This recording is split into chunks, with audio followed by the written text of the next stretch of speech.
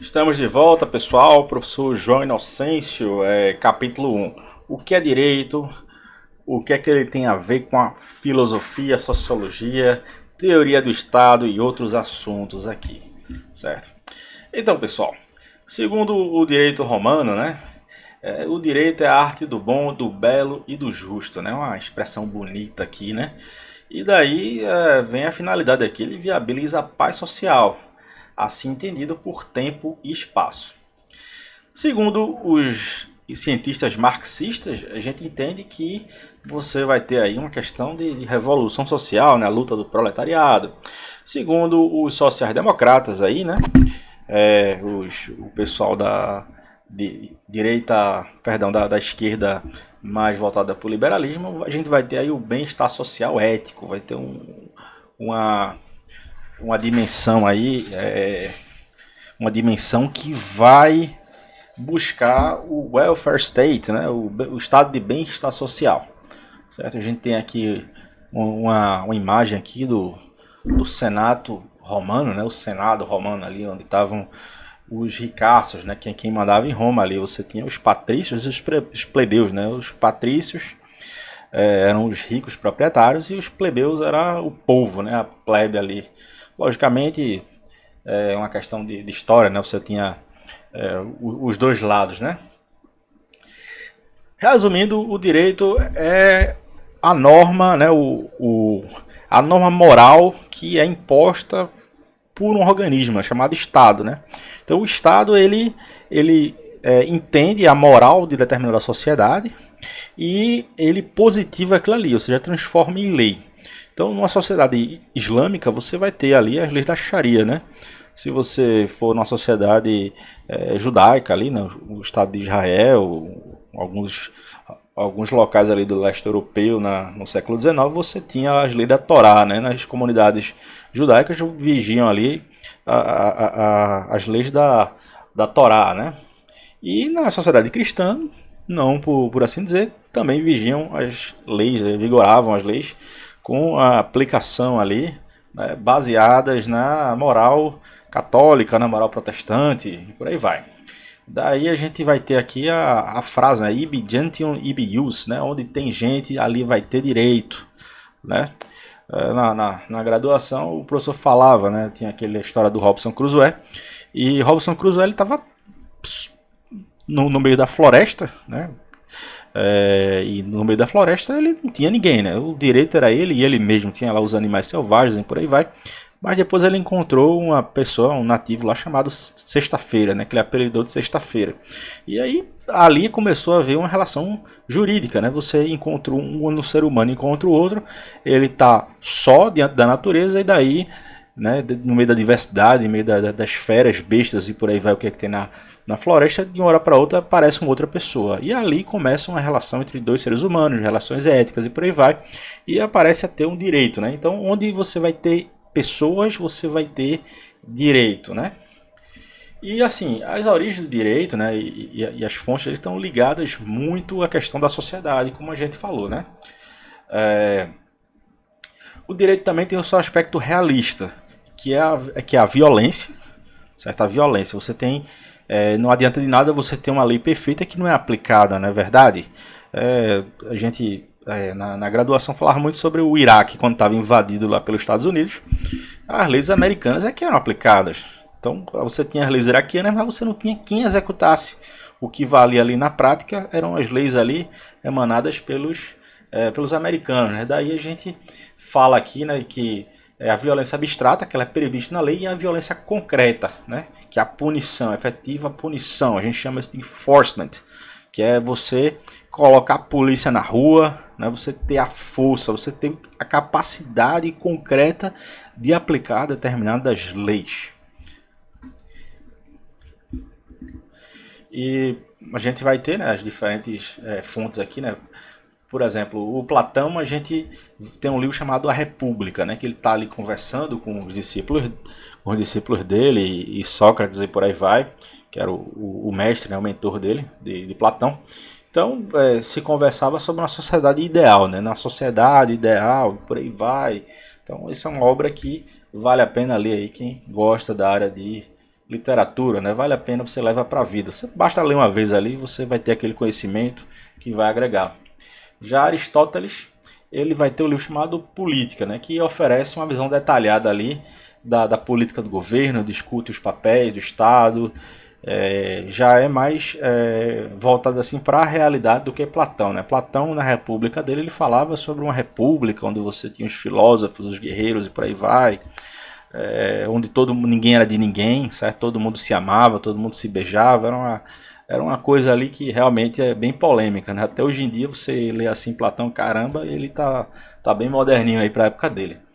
Já no livro de Maquiavel, o príncipe, né? Maquiavel, a pessoa maquiavélica, ela procura ali o poder por qualquer meios. A gente vai ter aí uma visão realista e cínica da política, né? Maquiavel, ele é a pessoa que disse que os fins justificam os meios. Vale tudo ali para você ter o poder político. E aí vem o jogo de interesse, né? O jogo de que é melhor ser temido do que amado, né? Então essa expressão é dele. Para um soberano é melhor que o pessoal tenha medo dele do que ame, né? Porque o amor é uma coisa efêmera, né? Mas o medo sempre vai estar ali.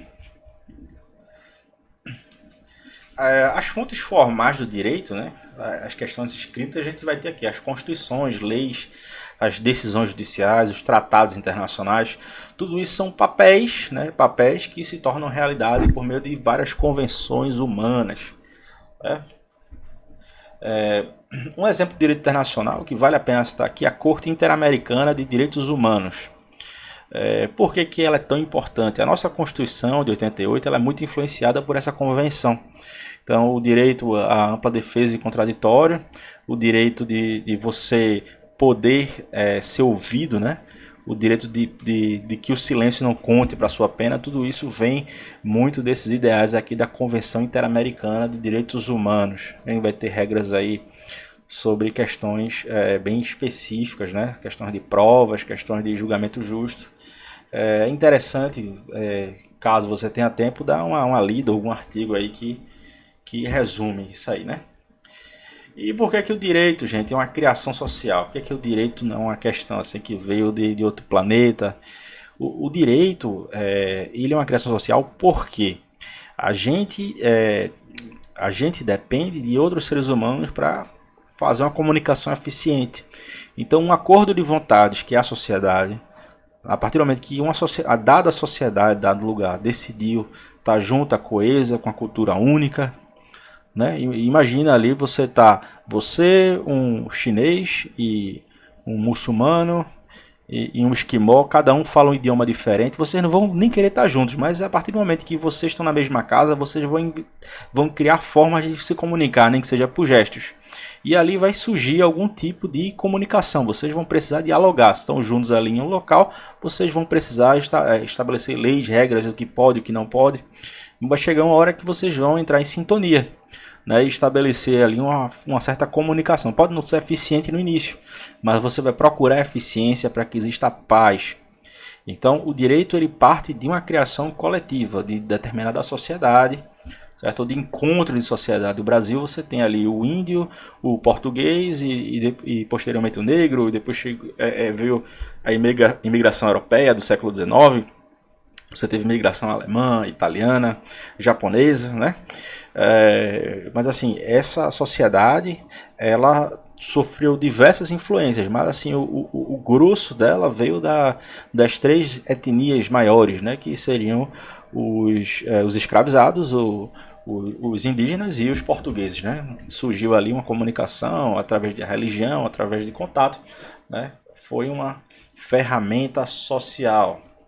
Gente, o que é o caráter transcendente do direito, né? A gente tem dois conceitos aqui, imanência e transcendência. O que é imanente? Imanente é tudo que não é transcendente, é a nossa realidade táctil aqui, né?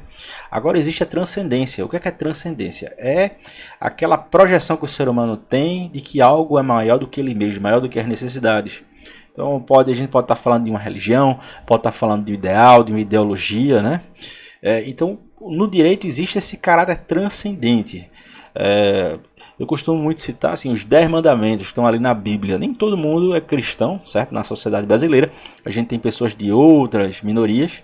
Mas assim, o cerne dos princípios, muitos deles partem da cultura ali, da cultura cristã, né? A cultura católica, que quem foi que colonizou o Brasil, né? Aquela colonização que partiu para uma questão cultural, né? Uma coisa é a colonização nua e crua, né? A gente teve colonização ali no Congo belga, onde os belgas fizeram a verdadeira chacina, né? Assassinaram 6 milhões de africanos. A gente tem a colonização norte-americana, né? Que foi muito danosa, mais danosa que a nossa aqui, né?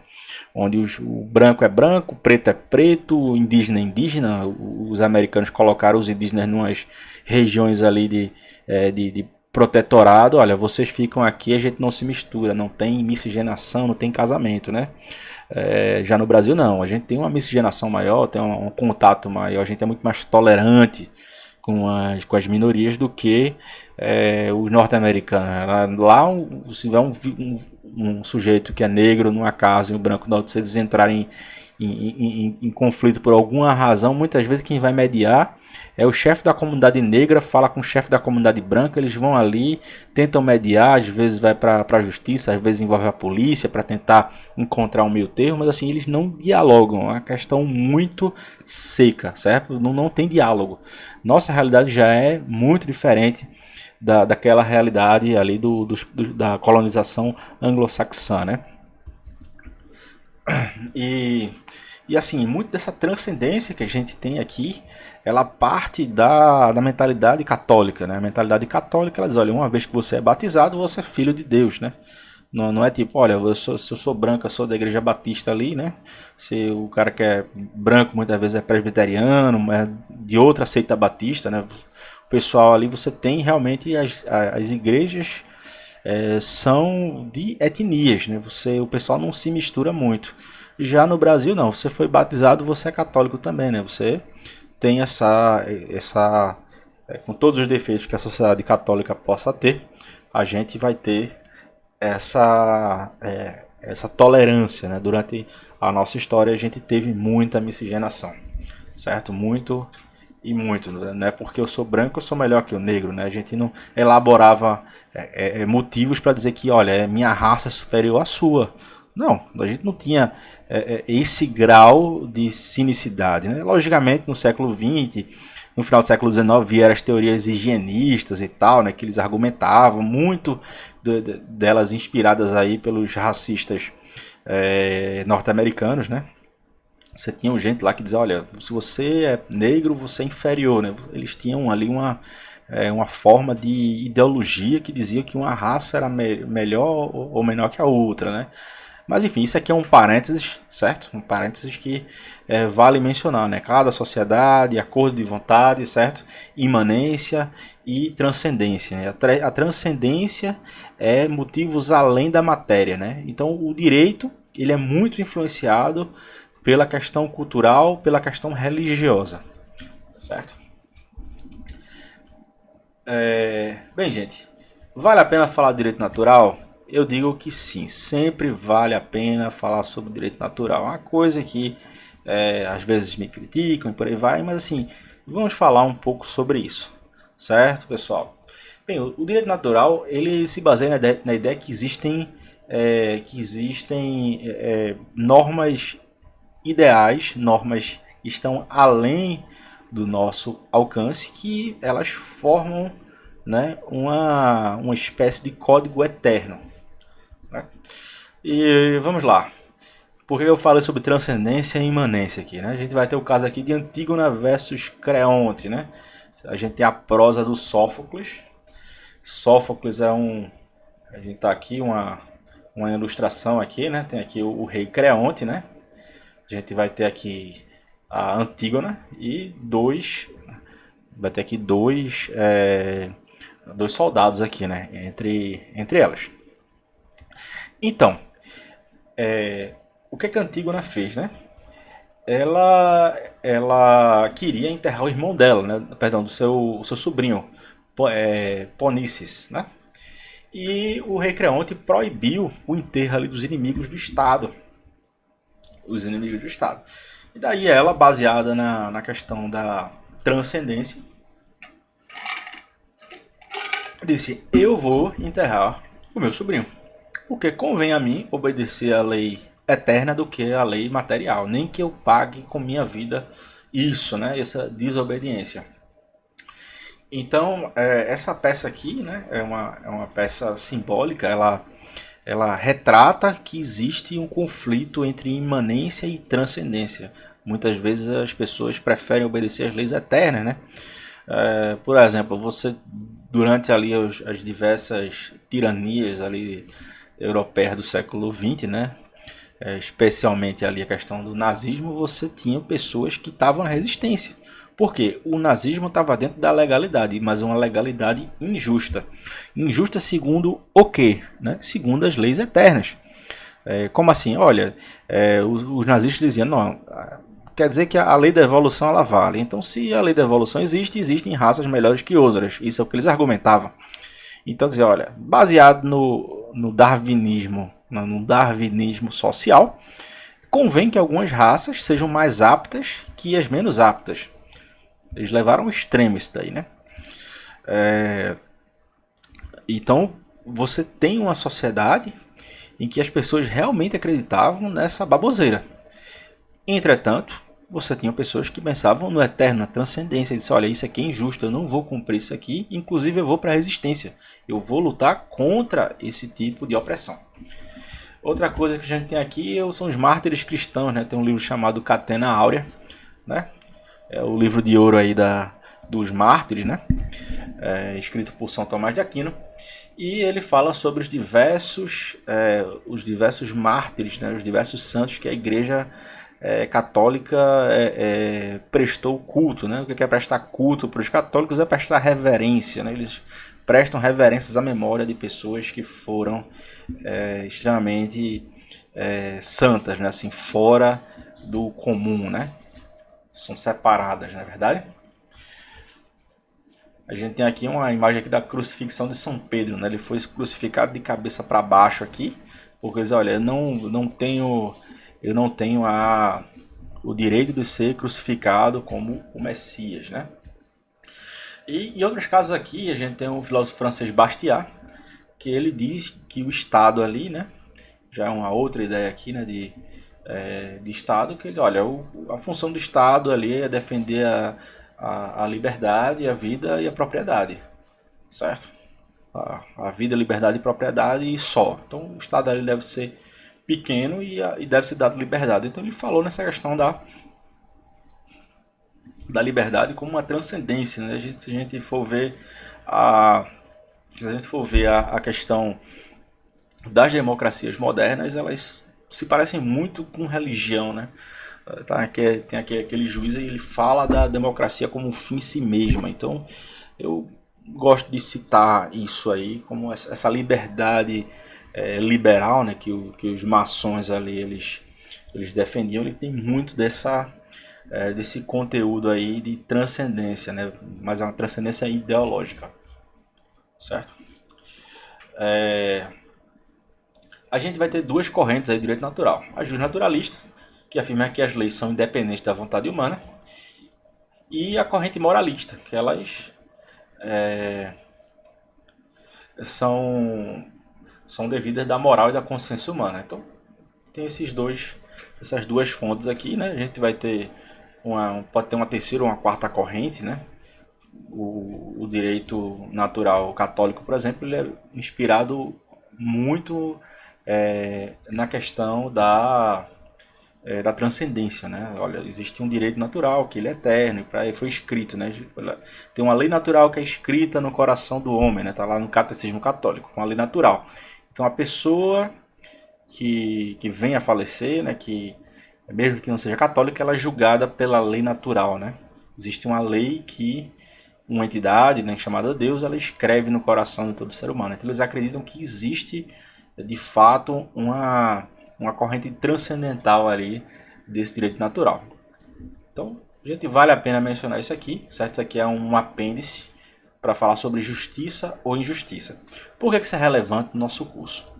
Se a gente fala sobre direito à vida, Direito à liberdade, né? Liberdade de expressão, religião, associação, direito de protestar, direito de discutir sobre assuntos em comum, direito de empreender, de você abrir o seu próprio negócio, certo? Muitas vezes você vai lidar com leis injustas. Você pode não saber a lei onde está na Constituição e por aí vai, mas você tendo esse quê na cabeça, olha, existe um direito natural. Isso vai te orientar para dizer, olha, isso aqui é injusto. Será que existe algum princípio do direito que eu consigo defender com as leis que existem? Ou mesmo até o próprio direito natural, né? Um exemplo, na minha pós-graduação em direito tributário se fala muito nisso. Existe um direito natural do pagador de imposto, né, do taxpayer, do contribuinte. O contribuinte ele tem o direito natural de exercer, de pagar a menor quantidade de tributo, de fazer o melhor planejamento fiscal para o cliente dele. Ele tem o direito natural de fazer isso.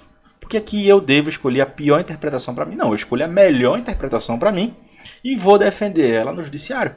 Eu vou procurar tudo que ampare o meu direito. Então é seu direito natural de buscar o próprio interesse. É o seu direito natural de querer empreender, de buscar a felicidade, né?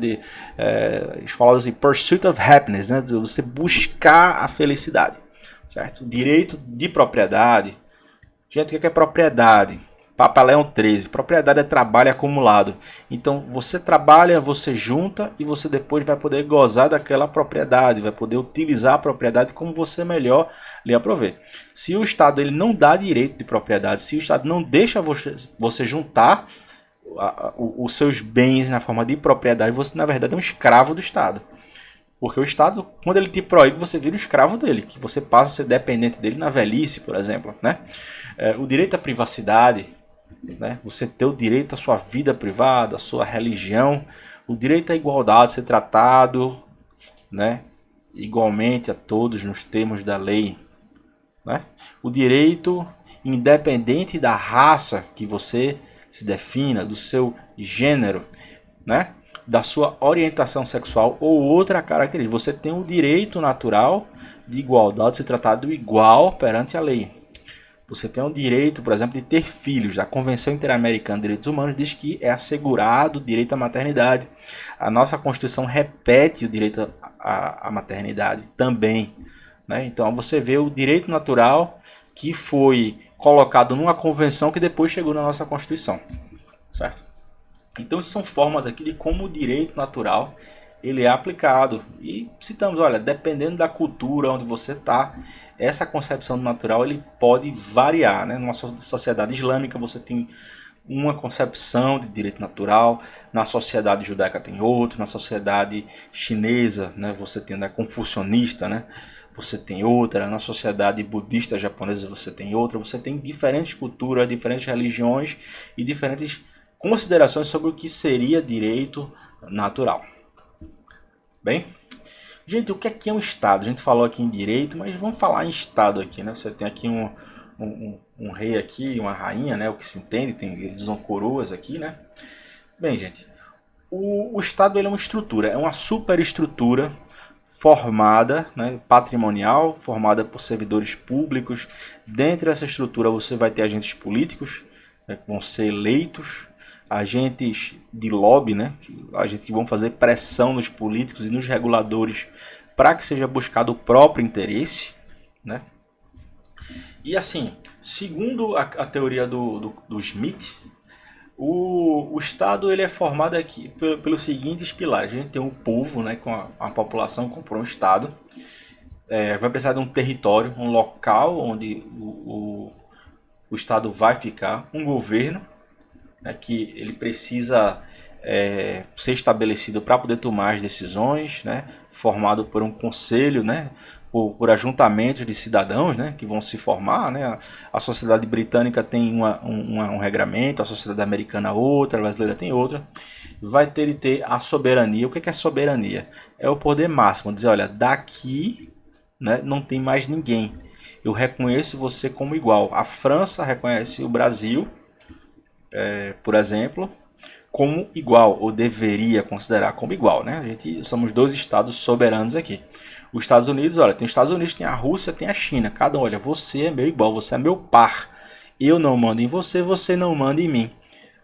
Existem regras de direito internacional sobre tratado de Montego Bay, que é um tratado de direito marítimo, né? Você vai ter o tratado do espaço, tratado da Lua, tratado da Antártida. Você tem diversas regras ali que são elaboradas pelo Estado, mas todas elas são conversadas entre os Estados. E os estados, olha, eu me comprometo aqui a seguir essa lei aqui, né? A seguir essa convenção, mas é muito mais uma questão de acordo de cavalheiros, né?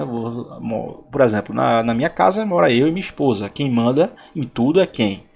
Sou eu? Não, quem manda é ela. Então ela manda e eu obedeço e todo mundo vive bem, né? Mas numa sociedade onde você divide um apartamento com um amigo ali, olha, a gente racha aqui metade do aluguel, cada um paga metade, né? Cada um ali vai ter uma atribuição e ninguém invade o espaço do outro, né? Então, gente, e o direito, né? Como elemento do Estado, que é o conjunto de normas que vão regular o Estado, né? Vão formar a estrutura básica ali para que o Estado exista, né? Para garantir a ordem, segurança, para proteger a vida, liberdade e propriedade, né? Na verdade, vida, liberdade e propriedade são os três elementos ali, batata, que todo Estado precisa. Eu sempre digo, olha, eu não preciso do Estado. Que mentira! Se você vai pegar um táxi, você espera que aquele táxi ou que aquele Uber ele cumpra o contrato que você fez com ele. Se você vai atravessar a rua, você espera a não ser atropelado quando você passa na faixa de pedestre e vê o sinal vermelho e o semáforozinho lá de pedestre, né? Aquele bonequinho ali que fica verde. Você espera, olha, quando tiver verde eu quero andar aqui sem ser atropelado, né? Então essas regras de trânsito estão aí e é o Estado que vai garantir que elas funcionem, na verdade. O Código de Trânsito, você vai ter o Código Penal, né? Se você matar alguém, eu posso matar alguém, né? Você não deveria matar alguém, mas agora se você matar, o certo é que você responda criminalmente, né? E se a justiça ela achar que o homicídio ou feminicídio que você cometeu ali não foi em legítima defesa ou não teve algum excludente de ilicitude, né? Então, muito provavelmente você vai ser condenado, né? Agora, se foi em legítima defesa, se a pessoa não entendia o que estava fazendo, a pessoa estava sob efeito de psicotrópico e por aí vai, pode ser o caso ali de que a pessoa seja absolvida ali, né? Por ausência ali de elementos, né, que atinjam a culpabilidade, na verdade. Se a pessoa é uma menor de idade, já não vai responder crime, responde ato infracional, na verdade. Gente, qual a diferença entre forma de governo e forma de Estado? Por que isso é relevante? Olha, a gente está na Federação Brasileira, né? Então aqui é uma forma de Estado, né? Tem o Estado federado, o Estado unitário. A França é um Estado unitário. Você não tem estado na França, você tem as províncias lá, né? Tem as regiões, né? Na Argentina também é um estado unitário. Agora, brasileiro, você tem os estados ali federados. Tem Pernambuco, Ceará, São Paulo, Rio Grande do Sul, né? Cada um ali vai ter uma forma de autoridade local, né? Eles não vão ter soberania perante outros estados de outros países, mas entre eles ali, eles são soberanos entre si, né? Pernambuco não é melhor do que a Paraíba, que não é melhor do que São Paulo, que não é melhor do que o Rio Grande do Sul. Entre eles são pares, não é verdade? Então vai ter uma soberania ali menor, né? Entre eles ali vai ter soberania, eles vão poder competir, não é verdade? E se tiver disputa, quem vai julgar é o STF, né? Ele é o Tribunal dos Estados, não é verdade? Então, a Federação Brasileira, você tem, né, as competências entre os governos federal, os locais, né, as prefeituras, os territórios, que atualmente não existe nenhum. O único que tem é Fernando de Noronha, mas ele foi emprestado para Pernambuco, né? Existe uma carta de concessão em que Pernambuco é que administra Fernando de Noronha, mas ele pertence à federação, né? Ele originariamente era um território federal, certo? O que é a forma de governo? Aí a gente fala presidencialismo, parlamentarismo, monarquia, né? Você tem as diversas formas de governo, né? Como é que se arranjam ali quem manda e quem obedece, certo? Então, assim, o Brasil é uma federação, certo? Uma federação. E, em segundo lugar, a forma de governo é o presidencialismo, seja lá como você queira chamar, mas segundo os teóricos é presidencialismo, né? O que é a Constituição, gente? A Constituição, ela é um documento fundamental, ele define a estrutura e o funcionamento mínimo do Estado. A nossa Constituição, ela foi além, né? Previu até o direito ali do futebol, né? Uma questão ali que é já diferenciada, né? Falou de futebol, falou que o Colégio Pedro II deve ser federal, falou do... Vamos lá, de tudo, tudo que você imaginar, né, é um balaio de gato a nossa Constituição, né?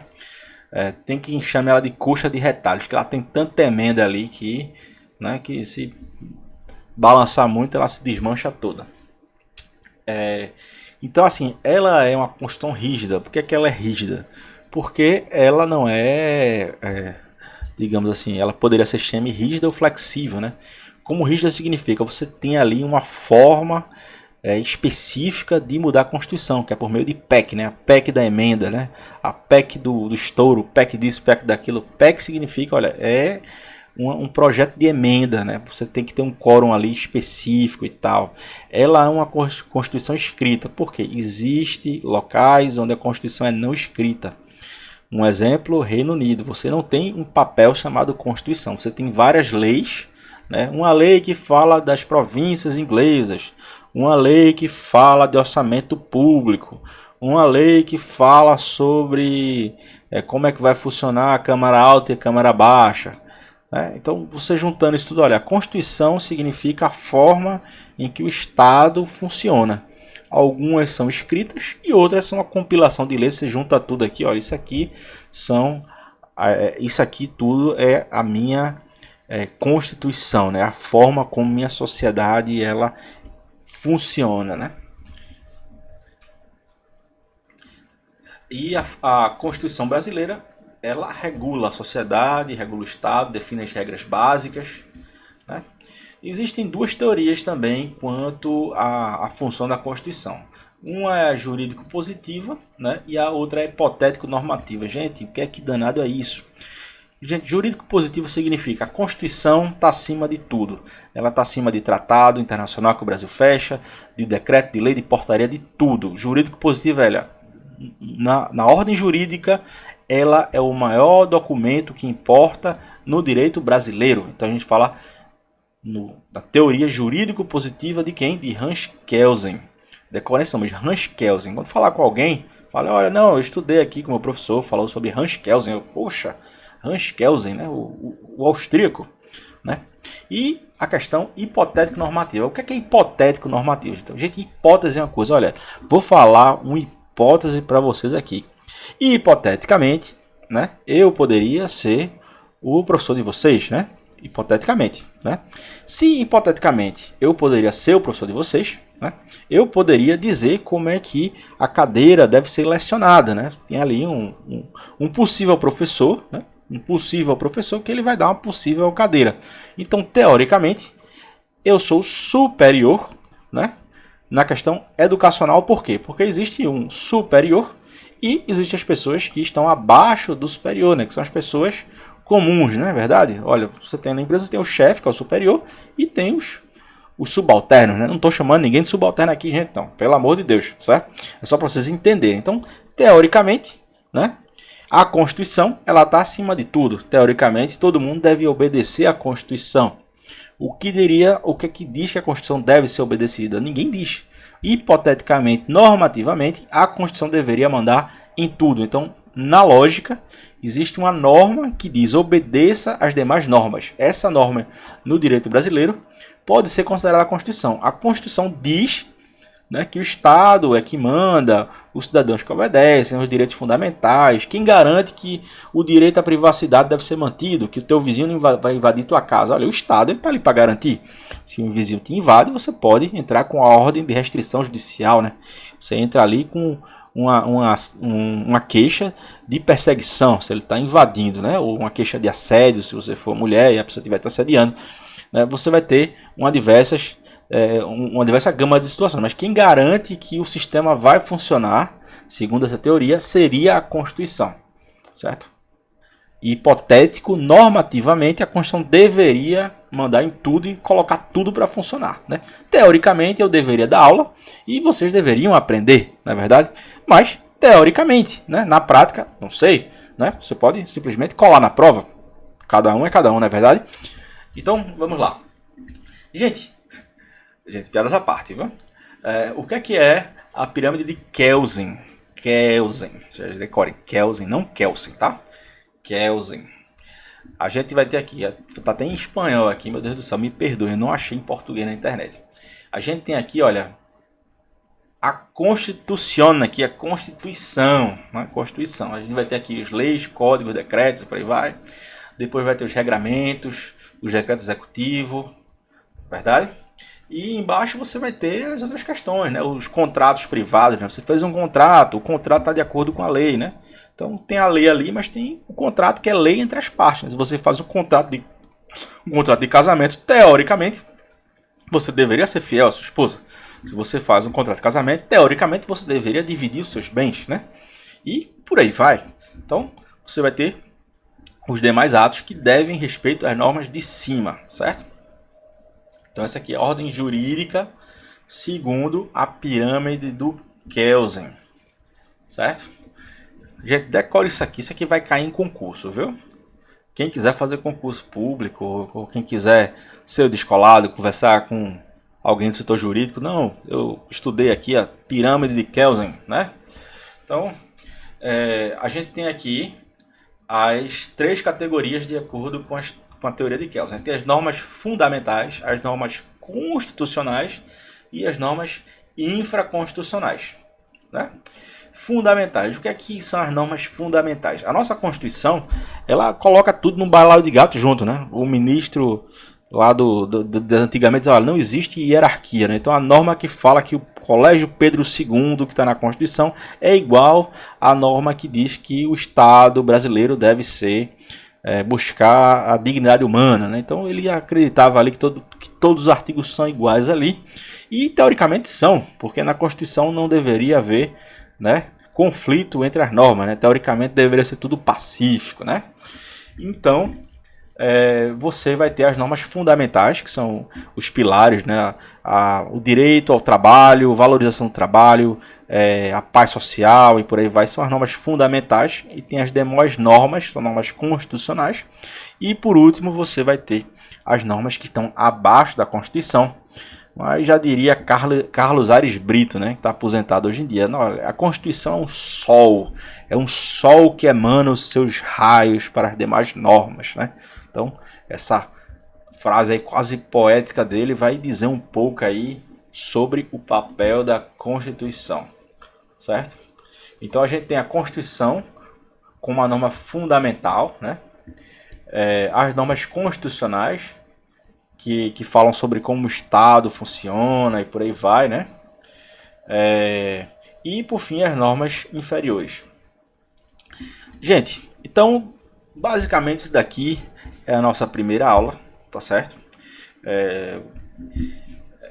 E todo capítulo eu coloco aqui um último capítulo chamado Para ir além, quando considerar procurar um advogado, certo? Normalmente nesse último capítulo aqui eu dou sugestões de como você pode fazer uma aplicação prática do que você aprendeu no capítulo, certo? Vamos lá. Essa aplicação prática é para falar sobre os remédios constitucionais. Você como gestor não vai adiantar muito você falar sobre forma de governo, forma de Estado. Olha, você sabe que a Constituição é uma norma. Como é que eu aplico essa norma? A gente vai ter os chamados remédios constitucionais. O que são os remédios constitucionais? São os instrumentos que permitem a proteção dos direitos constitucionais, certo? O que é que a gente pode tirar disso aqui? Habeas corpus é um remédio que tem como objetivo proteger a liberdade individual. Então, caso você tenha sido preso injustamente, aí fica aqui também, olha, se você foi preso, tem uma jurisprudência lá que está perdida, um precedente, né, está perdido lá, que é o habeas corpus como contra o hospital. A pessoa está no hospital ali, o médico não quer liberar. O Código Civil fala o seguinte, que você pode recusar um tratamento caso seja arriscado para a sua vida, certo? Está no Código Civil isso daí, você não é obrigado a ficar no hospital. Olha, eu tô com câncer, certo? Mas eu não sou obrigado a fazer o tratamento de câncer. Não, mas o doutor não quer me deixar sair daqui. Você tem direito a entrar com habeas corpus contra o hospital porque eles estão te prendendo lá, certo? Você tem esse direito aí. Olha, fui internado no hospício aqui. Não, mas eu tô bom. Você entra com habeas corpus. Olha, eu quero sair do hospício, certo? Quero sair do manicômio. E o juiz vai liberar. É um habeas corpus contra a autoridade civil. Sim, gente, isso é possível. Tá certo? Mandado de segurança. Mandado de segurança é para livrar uma injusta agressão que não é questão de habeas corpus. Então, assim, for uma injustiça que não for questão contra a vida e for contra o Estado ou suas agências, né? As suas entidades ali de direito público, ou então até agência privada que tem função de direito público. Um exemplo, faculdades privadas. Caso você discorde de alguma política educacional que a faculdade fez, quanto a questões, né, acadêmicas, né? A faculdade ali, ela não liberou, por exemplo, olha, não liberou para mim uma cadeira que, segundo o estatuto aqui, deveria estar liberada. Pelo estatuto da faculdade está liberado aqui e não foi liberado. Você tem direito a entrar com mandado de segurança para que a autoridade que está em exercício de competência delegada da União, né? A União, ela delega para os privados a possibilidade de ensinar ensino superior, mas é uma delegação federal, certo? Assim como escola é uma delegação estadual. Existe uma escola estadual, tem matrícula na Secretaria de Educação. E se a escola cometer alguma irregularidade, vai caber ali você fazer um mandado de segurança contra a autoridade escolar, né? Se for alguma questão pedagógica, alguma questão sobre ensino em si, né? Ah, direito do consumidor, não, isso aqui já não se aplica mandado de segurança. Esqueça mandado. Mandado é para questão de delegação, questão de autoridade pública, tá certo? Exemplos aqui, né? A gente tem aqui os mandados de segurança contra confisco de mercadoria na fronteira. Então, o rapaz lá que teve a mercadoria sequestrada, ele poderia entrar com mandado de segurança e olha, não, você não pode, ou você aplica a pena de perdimento, ou você libera a minha mercadoria. Agora ele não pode segurar a mercadoria como condição para você pagar, tá certo? Ação popular é um remédio constitucional que vai permitir a qualquer grupo de cidadão questionar atos e omissões do poder público, né? Então você tem uma situação ali, tem a Compesa ali, né? Compesa não, vamos usar o nome aqui, a Companhia de Águas de um estado qualquer aí, né? Não vou me comprometer aqui, né? Uma companhia qualquer que está jogando água ali no canal. Você entra ali com uma ação popular ali dizendo que a prefeitura está se omitindo, na verdade. Que na verdade ela está causando um dano à coletividade. Eu me lembro de quando queriam tirar uma estátua ali da Faculdade de Direito do Recife. E aí entraram com uma ação popular lá para não derrubar a danada da estátua. Aí depois o Ministério Público entrou, aí derruba, não derruba, a estátua está lá até hoje lá, ninguém mexe mais na estátua, mas tentaram derrubar, né? Tem uma estátua lá de alguma coisa que eu não me recordo, parece que é um anjo, uma estátua qualquer, certo? Casos de responsabilidade das autoridades na Covid-19. Então, caso algum hospital tenha lucrado ali, né, mediante fraude, né? Tem estado ali que tem prontuário falso, ele faz um prontuário falso ali e manda a conta por SUS, né? São os hospitais conveniados, né? Então, você tem ali 500 pacientes, mas tem 2.000 sendo atendidos. Rapaz, olha, tem uns pacientes chamados Gasparzinho ali que estão sendo atendidos, né? E quem está pagando a conta somos todos nós. É o típico caso aqui que cabe a ação popular. Ação direta de inconstitucionalidade, né? Que são as ações diretas aí, né? Que é a ação direta de inconstitucionalidade. Não, porque a DIN foi julgada no STF, por aí vai. Então, assim, esse tipo de ação é uma ação que você vai questionar diretamente a inconstitucionalidade de determinado ato. Isso não é para qualquer um, gente. Você que vem a trabalhar numa federação de indústria, né? Você tem ali a guerra fiscal, né? Os estrados ali, eles estão concorrendo ali, né? De guerra fiscal. Então, a Paraíba coloca o ICMS a 15%, aí Pernambuco bota para 12%, aí Paraíba bota para 9%. Aí chega o estado que tem nada a ver, chega o Ceará, entra com um ADIM, né, uma ação direta de inconstitucionalidade, dizendo, olha, a Paraíba e Pernambuco estão botando o ICMS baixo, fora dos parâmetros legais, né? Existe ali uns regramentos de ICMS chamados convênios, né? Os famosos convênios da CONFAZ, né? Que é a convenção ali das secretarias da Fazenda. Então essa convenção ela tem um procedimento lá onde você pode ou não pode baixar o ICMS. Os estados eles precisam entrar em consenso ali para evitar essa guerra fiscal, né? Então caso algum estado ele baixe demais ali, o outro estado vai poder ir direto no STF e dizer, olha, essa ação aqui, essa lei daqui é inconstitucional, deve ser cassada, o STF deve declarar a inconstitucionalidade e a ineficácia dessa lei daqui, certo? Então coloquei aqui os atos políticos que tenham repercussão, políticas abusivas e por aí vai. Também a gente vai ter a arguição de descumprimento de preceito fundamental, né, que seria a ação direta de inconstitucionalidade, mas contra municípios ali, contra entes que assim, para entrar com a DIN tem que ser uma lei estadual ou uma lei federal, né? Então, leis municipais, algumas leis ali de agências, coisas específicas que não são exatamente legislação, elas podem ser questionadas, tá certo? Então, esses remédios eles são importantes para garantir o respeito à Constituição. Então, os remédios constitucionais, gente, é interessante você saber o conceito. Existem questões na Constituição, o mandado de segurança, a habeas corpus, ação popular, né, a ação direta de inconstitucionalidade. E tudo isso existe ali uma possibilidade de você manejar uma ação baseada na Constituição para casos específicos. É interessante você saber disso aí quando for fazer o seu ofício, certo? Beleza, pessoal? Então por hoje é só. Agradeço você que viu até aqui. E até a próxima aula. Valeu!